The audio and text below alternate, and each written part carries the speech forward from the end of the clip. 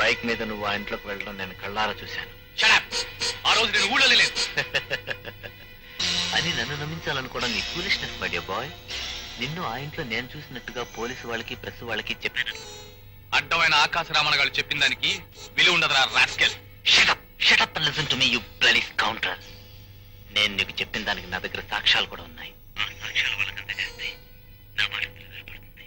ఆ సాక్ష్యాలు నీకే ఇచ్చేసి నీ సంగతి నేను మర్చిపోవాలి అంటే మనం కాస్త రేట్ మాట్లాడుకోవాలి. ఇవాళ సాయంత్రం నీకోసం ఊరు చివరిన పాత దర్గా దగ్గర వెయిట్ చేస్తూ ఉంటాను. వచ్చావా? Well and good. లేదంటే నర్మయ్, నువ్వు చెప్పేదంతా అబద్ధం కట్టు కదా. అయితే నువ్వు రానక్కర్లేదు. తర్వాత నేనే పోలీసులను కలుస్తాను. Good bye.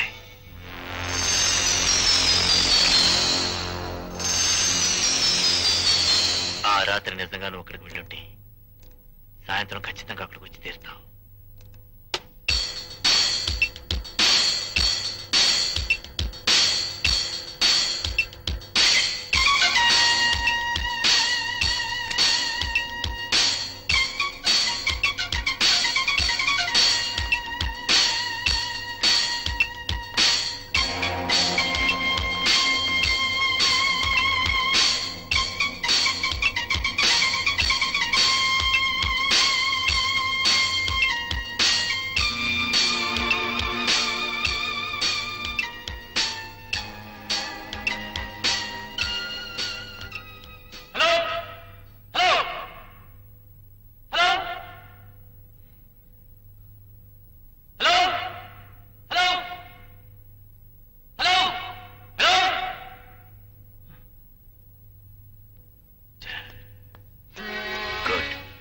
అబద్ధం దబాయించి నేను చెప్పిన చోటుకు నువ్వు వచ్చావంటే ఆ రాత్రి లలితాదేవి ఇంటికి నువ్వు వెళ్ళావు అన్నమాట.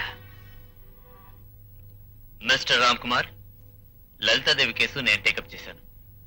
అందుకే మిమ్మల్ని కొన్ని ప్రశ్నలు అడగాలని ఇక్కడికి పిలిపించాను. మీకు ఆవిడికి ఏం సంబంధం? మా ఇద్దరికున్న సంబంధ బాంధవ్యాల గురించి మీకు చెప్పాల్సిన అవసరం ఏంటి? అవసరం ఏముందని అతి పగరగా మాట్లాడితే నిన్ను అరెస్ట్ చేసే అధికారం నాకుంది. జీతానికి పనిచేసే పోలీస్ ఆఫీసర్వి పెద్దవాళ్ళ పిల్లల విషయంలో పెట్టుకుంటే ఉద్యోగం ఊడిపోతుందన్న బెంగ అనుకున్నావా? చూడు మిస్టర్, నాకు చావంటే భయం లేదు. నేను టేకప్ చేసే కేసు అనుమానితుడు ఎవడైనా సరే నేను లెక్క చేయను, తెలుసా? మర్యాదగా చెప్పు, నీకు లలితాదేవికి ఏమిటి సంబంధం? మేమిద్దరం ప్రేమించుకున్నాం, పెళ్లి కూడా చేసుకోవాలని నిర్ణయించుకున్నాం. తను మంత్రి పదవిలో ఉండగా తన కొడుకు ఒక మామూలు డాన్సర్ని పెళ్లి చేసుకోవడానికి మీ నాన్నగారు ఒప్పుకునేవారా? ఆయన ఒప్పుకోకపోయినా నేను తప్పకుండా ఆమెను పెళ్లి చేసుకునేవాడిని.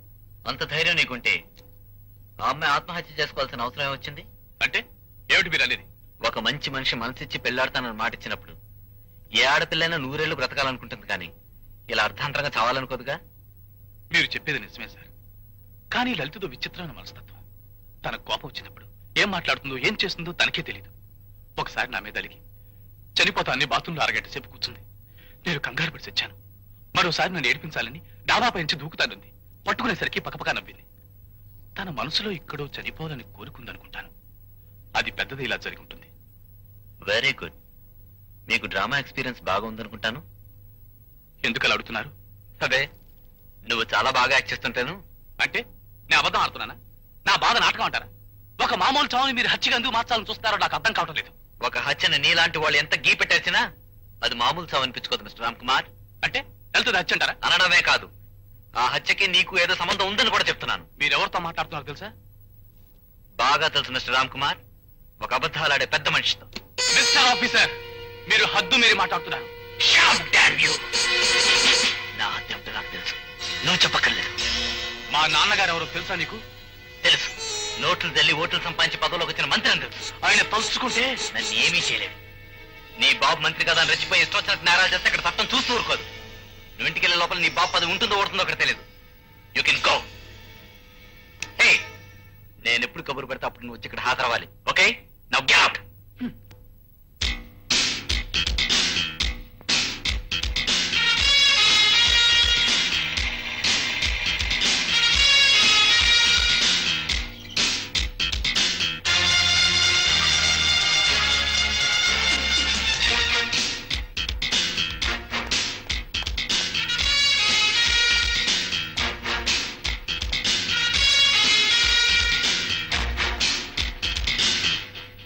Good evening, sir. Good evening good evening. కూర్చో. Thank you. నువ్వు చాకు లాంటి వాడు అని విన్నాను, కానీ చూస్తుంటే కత్తి లాంటి వాడు అనిపిస్తోంది. సారీ సార్, పొగడతలన్నా పొగిడే మనుషులన్నా నాకు ఇష్టం ఉంటుంది. నాకు అంతే. ఏమిటి, కాఫీ తీసుకుంటావా, టీనా, లేకపోతే హాట్ గా ఓ పెగ్గు? No thanks. ఎంతకీ నన్ను ఎందుకు పిలిపించారో చెప్తారా? ఆ విషయానికే ప్రొసీడ్ అవుతున్నాను. ఏం లేదయ్యా, మా అబ్బాయి రామ్ కుమారు కొంచెం కుర్రవెధవ. తల్లి గారాభం వల్ల అప్పుడప్పుడు చిలిపి కృష్ణులా ప్రవర్తిస్తుంటాడు. దాంతే ఉందిలేండి. కన్న వాళ్ళకెప్పుడు కొడుకు చేష్టలు ముద్దుగాను ముచ్చటగా అనిపించడంలో తప్పలేదు. కానీ చట్టానికి అలా అనిపించాలని రూల్ లేదుగా. నువ్వన్న చాలా కరెక్ట్. కానీ ఏం చెప్పు, ఎంత కాదనుకున్నా కన్న తండ్రిని తట్టుపోతుంటాను. అసలు ఆ లలితను మావాడు ప్రేమించుకున్నారటయ్యా. ఆ అమ్మాయి వేరే కారణాల వల్ల సూసైడ్ చేసుకుందట. పోలీసులు కూడా అదే అనుకుంటున్నారు. కానీ నువ్వేదో మావాడు నేరస్తుడని ప్రొసీడ్ అవుతున్నావుట. చాలా పొరపాటు. నేను చేస్తున్న పని పొరపాటు అని చెప్పడం మీ పొరపాటు. ఆ అమ్మాయి చావు హత్య అయితే ముందుగా అనుమానించవలసింది మీ అబ్బాయిని. నా కొడుకును అనుమానించి నువ్వు ప్రొసీడ్ అయితే చూస్తూ ఊరుకునే మనిషిని కాదు నేను. మీరు ఊరుకున్నా ఉద్రేకపడినా నేను నా వృత్తిలో వెనకడుగు వేయను. ఎప్పుడు ఎవరి దగ్గర మొండిగా ప్రవర్తించాలో నీకు తెలిసినట్టుగా లేదు. మా వాడు మంత్రి కొడుకు అన్న సంగతి మర్చిపోకు.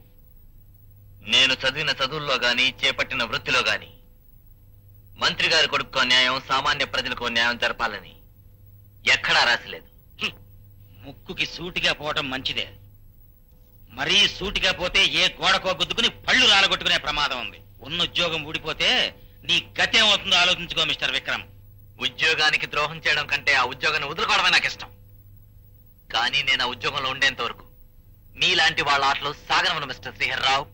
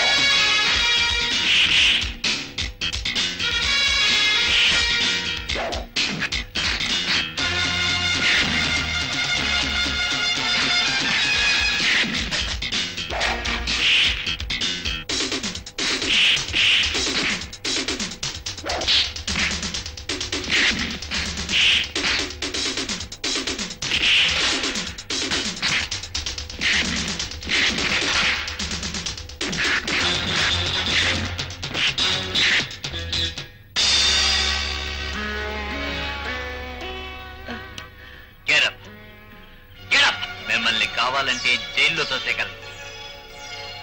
కానీ ఎందుకు విడిచిపెడతానో తెలుసా? మిమ్మల్ని పంపించిన వాళ్ళకి నేనంటే ఏమిటో తెలియాలని. వాట్ మిస్టర్ విక్రమ్, ఏమిటి అనేది? అన్ని విధాలా మంత్రి శ్రీహర్రావు కొడుకు అనుమానితుడంటావా? అవును సార్, ఖచ్చితంగా అతన్ని నేరస్తుడని చెప్పగలను. కరెక్టే, కానీ అతనే హంతకుడు నిరూపించడానికి మన దగ్గర సాక్ష్యాలే ఉన్నాయి. ఆ సాక్ష్యాలు తప్పకుండా దొరికితే సార్. కానీ అవి దొరికిన రోజున ఆ రామ్ కుమార్ ని అతని కాపు కాస్త తండ్రిని 10 మందిలోకి లాగవలసి ఉంటుంది. అందుకు మీరు అనుమతి ఇవ్వాలి సార్. ఆల్ రైట్, నేరస్తులు ఎవరైనా మనకు ఒకటే. అవసరం అనుకుంటే ఈ విషయం గురించి సీఎం గారితో మాట్లాడతాను.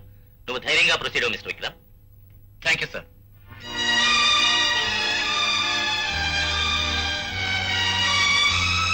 సార్, నిజంగా మా అబ్బాయి నిరపరాధి. వాడికి ఆ డాన్సర్కి ఎటువంటి సంబంధం లేదు సార్. ఆపండి. మీరు ఎవరితో మాట్లాడుతున్నారో తెలుసా? ప్రజాక్షేమమే మా జయంగా పెట్టుకున్న మా ప్రభుత్వం, జాతికి అంకితమైన మా ప్రభుత్వం ఎటువంటి అవాంఛనీయ సంఘటనల్ని సహించబోదు. ఇదంతా ఎవరో గిట్టని వాళ్ళు నా మీద చేస్తున్న దుష్ప్రచారంలా ఉంది. విదేశీ హస్తం కూడా ఉందేమో అని అనుమానంగా ఉంది సార్. నాకు నిజమేదో అబద్ధమేదో తెలియదు అనుకుంటున్నారా? ఆ డాన్సర్ లలిత చావుకు కారణం మీ కొడుకేనని ప్రజలు పత్రికలు ముక్త కంఠంతో ఘోషించడం మీకు తెలియదా? సార్, మీరు నన్ను అపార్థం చేసుకుంటున్నారు. నా అభిప్రాయం సంజయ్ శీలవద్దు. ఈ కేసు విషయంలో ఏ ఒక్క సాక్ష్యం దొరికినా మిమ్మల్ని డిస్మిస్ చేయాల్సి ఉంటుంది. అది కాదు సార్. ఇక మీరు వెళ్ళొచ్చు. సార్, రామ్ కుమార్ చేసిన తప్పుల్ని కప్పిపుచ్చి అతన్ని రక్షించాల్సిన బాధ్యత మనకుంది. ఇప్పుడు ఈ గండం నుంచి ఎలా బయటపడాలా అని మనం ఆలోచించాలి. ఏమి ఆలోచించకుండానే ప్రొసీడ్ అవుతున్నానంటావా? ఎన్ని అడ్డదారులు తొక్కుదామని చూసినా ఏది కుదిరి చావట్లేదు. కేసు క్రైమ్ బ్రాంచ్ వాళ్ళ చేతిలో పడింది. రేపో మాపో వాళ్ళు మా పెద్దవాని అరెస్ట్ చేయడం ఖాయం. నాకు రాజకీయ సమాధి ఖాయం. అసలు రాజకీయ నాయకుడు అవుదాం అనుకున్న ప్రతి మనిషికి పిల్లలు పుట్టకుండా ఫ్యామిలీ ప్లానింగ్ ఆపరేషన్ చేయించేయాలి. ఏ గొడవలు రావు ఇంకా. మీరు అనవసరంగా వర్రీ అవ్వకండి. మనం ఎంతకన్నా పెద్ద సమస్యల నుంచి బయటపడ్డాం కదా. ఎప్పుడో ఏదో సాధించామని ఇప్పుడు సంకలు గుద్దుకోవడం కాదు. పొద్దున్న సీఎం గారు పిలిచి బండ బూతులు తప్ప తెలుగులో ఉన్న తిట్లన్నీ తిట్టాడయ్యా. హా.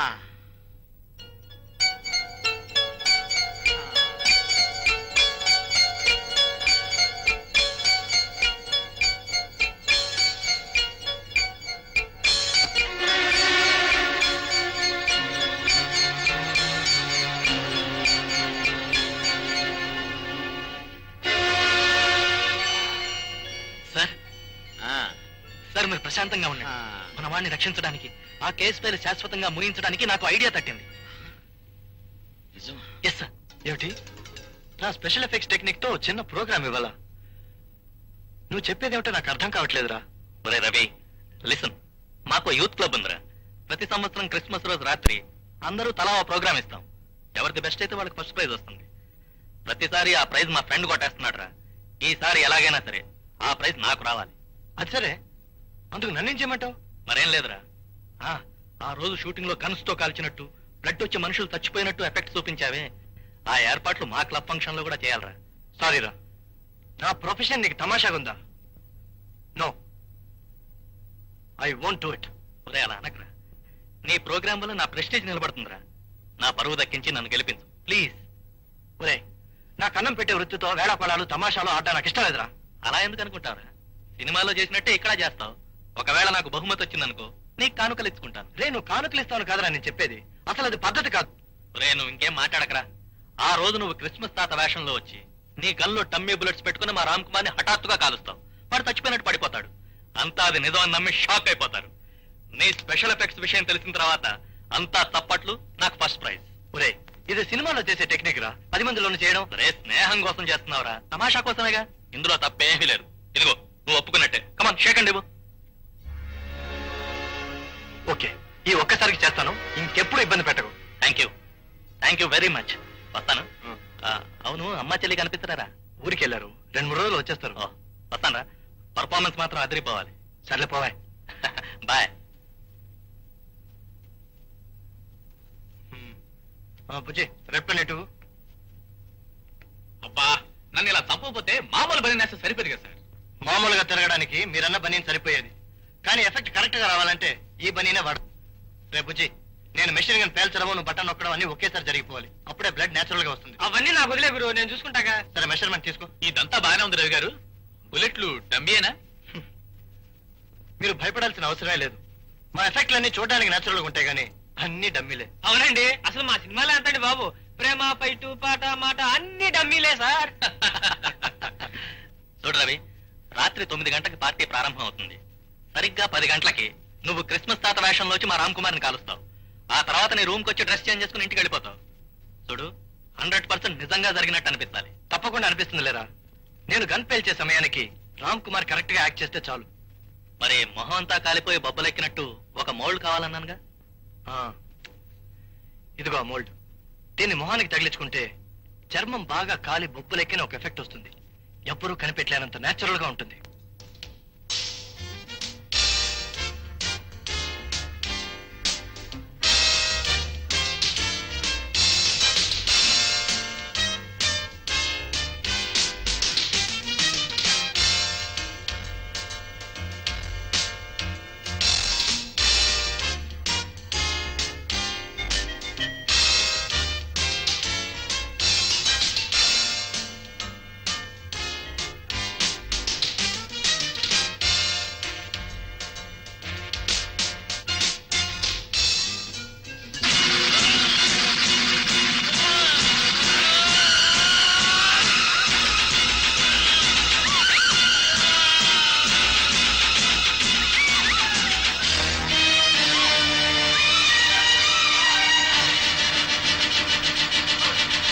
ఫోన్ చేయండి.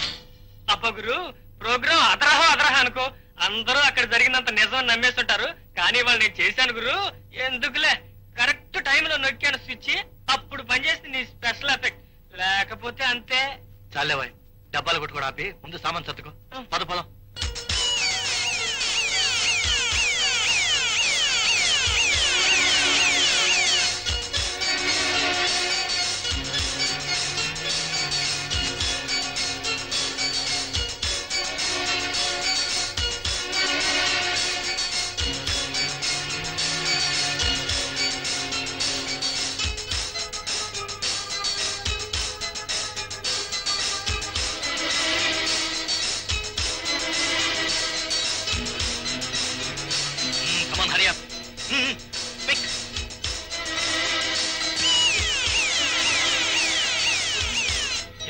ఏమిటి హడావిడి? ఏం జరిగింది? మినిస్టర్ కొడుకు రామ్ కుమార్ ని క్రిస్మస్ తాత వేషంలో వచ్చి ఎవరో కాల్ చంపారు. అసలు ఏం జరిగిందంటే అతను నిజంగా చచ్చిపోయాడా? ఇప్పుడే అంబులెన్స్ లో తీసుకెళ్తున్నారు.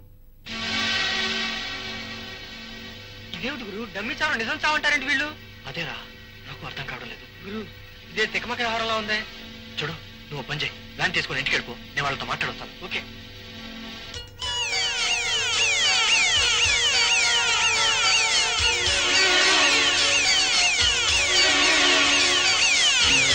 అది అంబులెన్స్ వస్తుందిరా.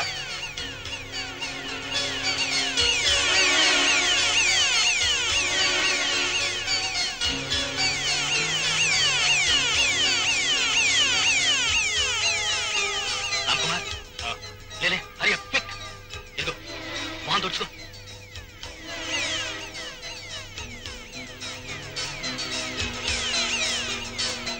లోకం దృష్టిలో చచ్చిపోయిన నీ తాలూకు శవం ఇదే.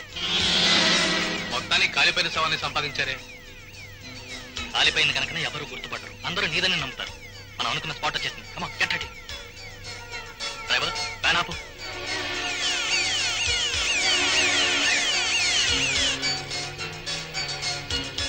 ఇదిగో, నువ్వు వెంటనే అంబులెన్స్ తీసుకుని హాస్పిటల్కి వెళ్ళు. కమాన్, పే. పద. మీరెక్కండి. రామ్ కుమార్, ఫాస్ట్.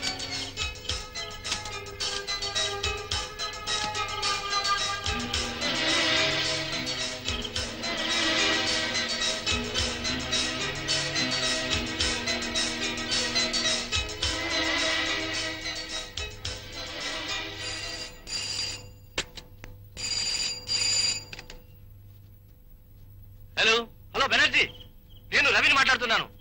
అవును, రామ్ కుమార్ నిజంగా చచ్చిపోయాడని అంబులెన్స్ లో తీసుకెళ్లారేమిటి? రే రవి, ఎంతో కష్టపడి బ్రహ్మాండంగా ఆడిన నాటకాన్ని తటుక్కున తేల్చిపారేయాలని అనిపించలేదురా. అందరినీ ఎక్కువసేపు సస్పెన్స్ లో ఉంచాలని అలా చేశాం. That's all. ఏం సస్పెన్స్ అది? 2 నిమిషాలు నాటకం అని చెప్పి మీ ఇష్టం వచ్చినట్టు చేసేయడం, నన్ను కంగారు పెట్టడం, భయపెట్టడం అన్నా. భయమా?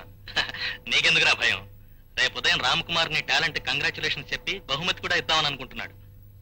అది సరే, నువ్వు ఇప్పుడు ఎక్కడి నుంచి ఫోన్ చేస్తున్నావు? ఇందిరా పార్క్ పక్కన ఉన్న టెలిఫోన్ బూత్ నుంచి మాట్లాడుతున్నాను. సరే, ఓ పని చేయి, నువ్వు అక్కడే టెలిఫోన్ బూత్ దగ్గర ఉండు. నేను ఇప్పుడే కారు పంపిస్తాను. ఇక్కడికి వచ్చిందా అదంతా వివరంగా చెప్తాను. ఓకే, ఉంటాను.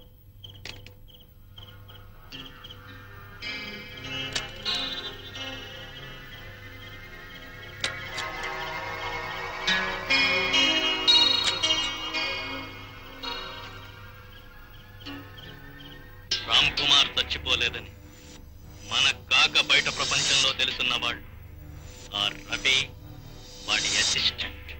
కాబట్టి వాళ్ళిద్దరిని తక్షణమే ప్రపంచం నుంచి బయటకు పంపించేయాలి. అండర్స్టాండ్? వాళ్ళు ఇప్పుడు ఇందిరా పార్క్ పక్కన ఉన్న టెలిఫోన్ బూత్ దగ్గర మన కారు కోసం వెయిట్ చేస్తూ ఉంటారు. Go ahead.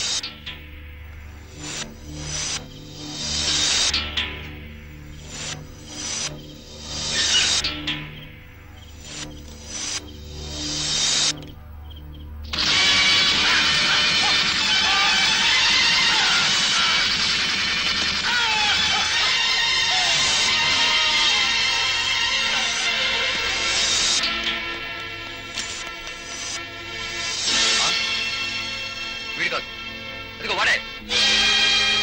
రండి.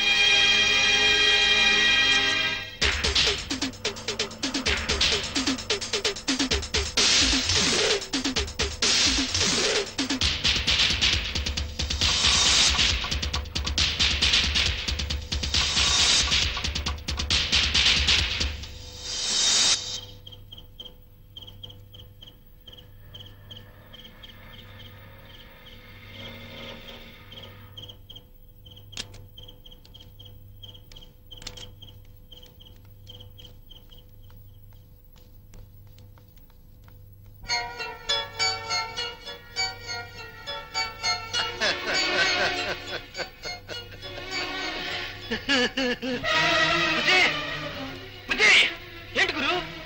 ఒరే, పెద్ద మోసం జరిగిపోయిందిరా. ఆ బెనర్జీ వాళ్ళు పన్నెల వల్ల మనం ఎరుక్కున్నారా? వాళ్ళ మనుషులు నన్ను చంపాలనుకుని వేరే అతన్ని చంపేశారు. ఇప్పుడు నా వెంట పడుతున్నారు.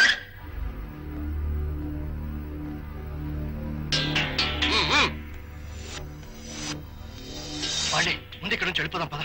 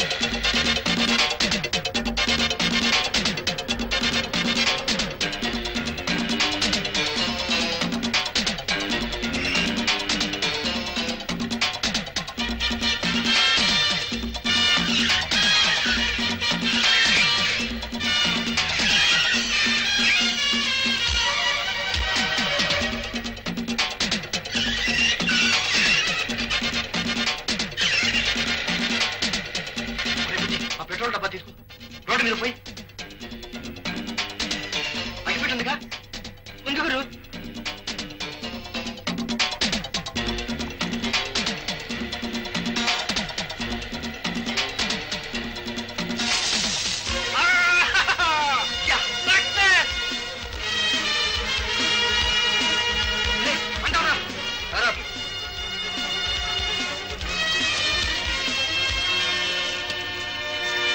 ఏమండి, ఏమిటండి ఇదంతా? నిక్షేపంలో మన అబ్బాయి బ్రతుకుంటే 10 మంది చచ్చిపోయాడు అనుకోవటం ఏంటండి? నాకిదేం బాగాలేదండి. ఓ పని చేయి, మా అబ్బాయి బతికే ఉన్నాడు, ఇదంతా నా భర్త అయిన మంత్రి గారు ఆడిస్తున్న నాటకం అని వీధి వీధికి మైకు పెట్టి ప్రచారం చేయి. ఆ పిల్లని చంపిన నేరానికి వాడికి ఉరిశిక్ష వేస్తారు. అప్పుడు కుళ్ళి కుళ్ళి ఎడుతూ గాని. ఛీ!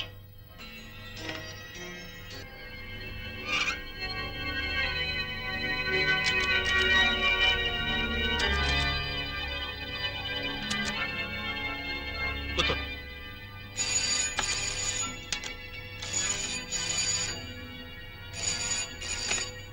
హలో, ఎవరు బెనర్జీయేనా? Yes sir. ఏమైందయ్యా? డోంట్ వరీ సార్, అనుకున్నదంతా అనుకున్నట్టే జరిగింది. ఎక్కడా ఏ తేడా రాలేదు. అబ్బాయి గారిని 3వ కంటికి తెలియకుండా గెస్ట్ హౌస్ తీసుకొచ్చేసాం. Very good, very good. మనం ఫోన్లో ఎక్కువగా మాట్లాడుకోవడం మంచిది కాదు. నేను అక్కడికి వస్తాను. ఈ లోపల వాడిని జాగ్రత్తగా చూసుకోండి. ఓకే? Okay sir. నాన్నగారు ఏమన్నారు? ఏముంది, మన ప్లాన్ సక్రమంగా జరిగిందా అని అడిగారు. మొత్తానికి మీరు నాన్నగారు కలిసి మాస్టర్ ప్లాన్ వేశారు. ఈ దెబ్బతో ఆ విక్రమ్ గడి పొగరనికి వెర్రి ముఖం వేస్తాడు. చూడు రామ్ కుమార్, నువ్వు మాత్రం జాగ్రత్త. ఎటువంటి పరిస్థితుల్లోనూ బయటకు వెళ్ళకు. ఒకవేళ ఫోన్లు ఏమన్నా వస్తే ముట్టుకోకు. నీకు కావలసిన ఫుడ్, డ్రింక్స్ అన్ని కిచెన్ లో ఉన్నాయి. ఓకే?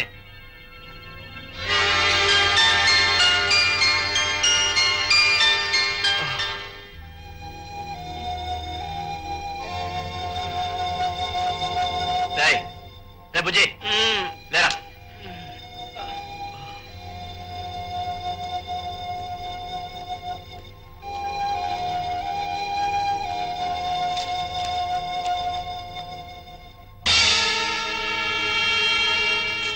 రే బుజ్జి, ఈ హెడ్లైన్స్ చూడు.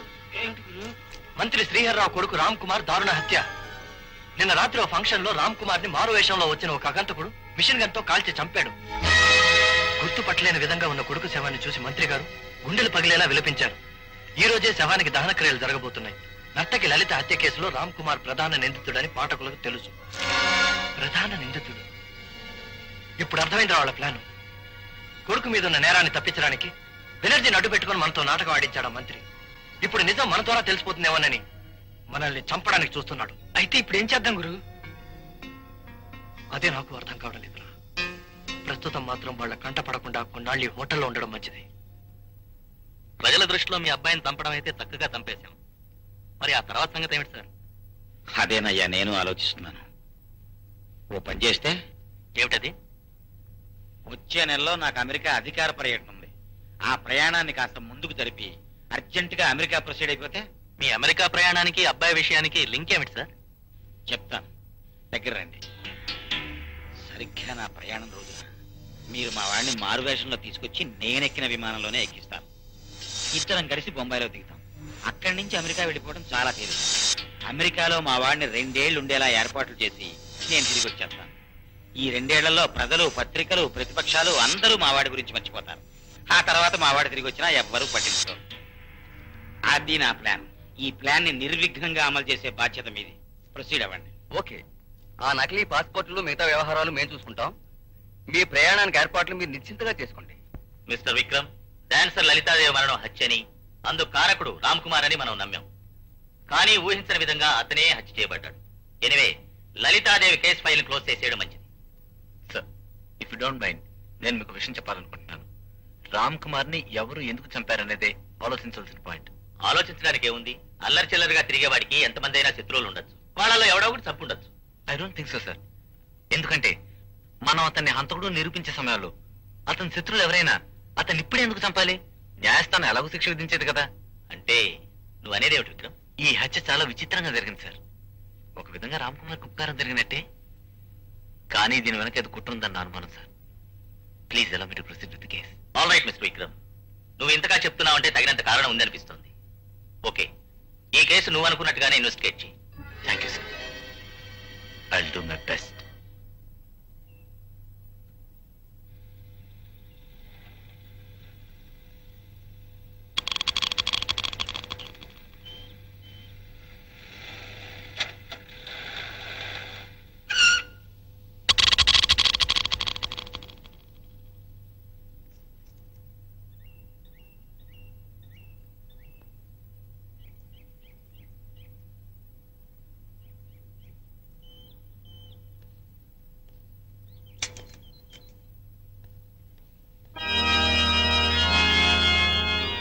మాత, నేరం చేయడం పాపమంటారు.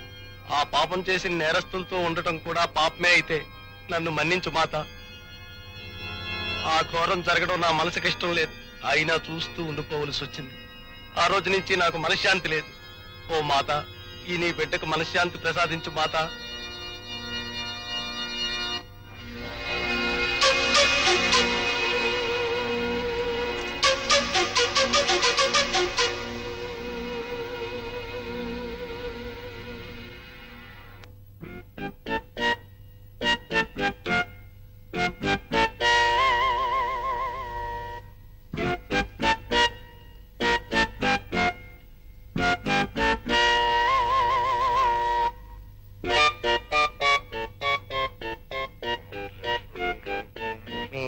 పరిశుద్ధ ప్రభువా వరపుతున్నా, పరిశుద్ధ పరిశుద్ధ పరిశుద్ధ ప్రభువా వరపుతులయ్యా నేను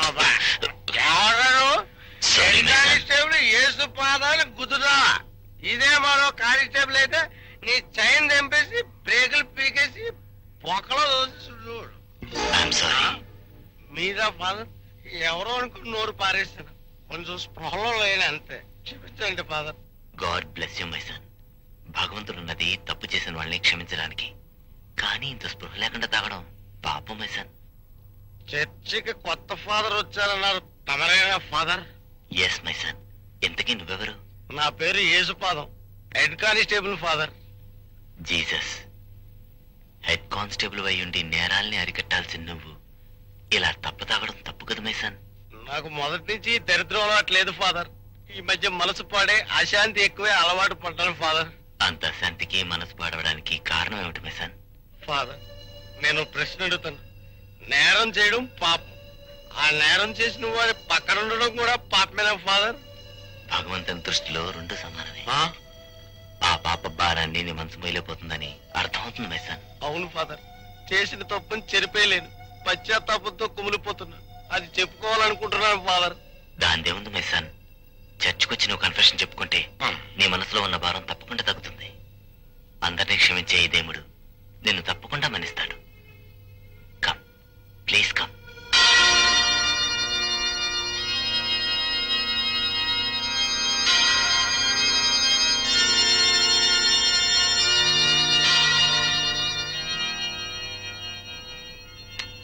జీసస్ సేవ్స్. మై సన్, పాపులను బంధించగలిగిన పరిశుద్ధాత్మ గల ప్రభుకి నీ మనసులోని మాట వినవించుకో. ఏమిటి నీ ఆవేదన? నేను పెద్ద తప్పులు చేయలేదు ఫాదర్.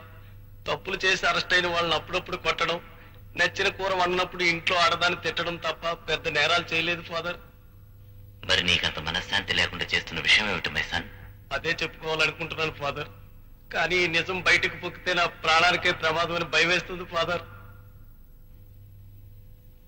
నీకేం భయం అక్కర్లేదు మై సన్.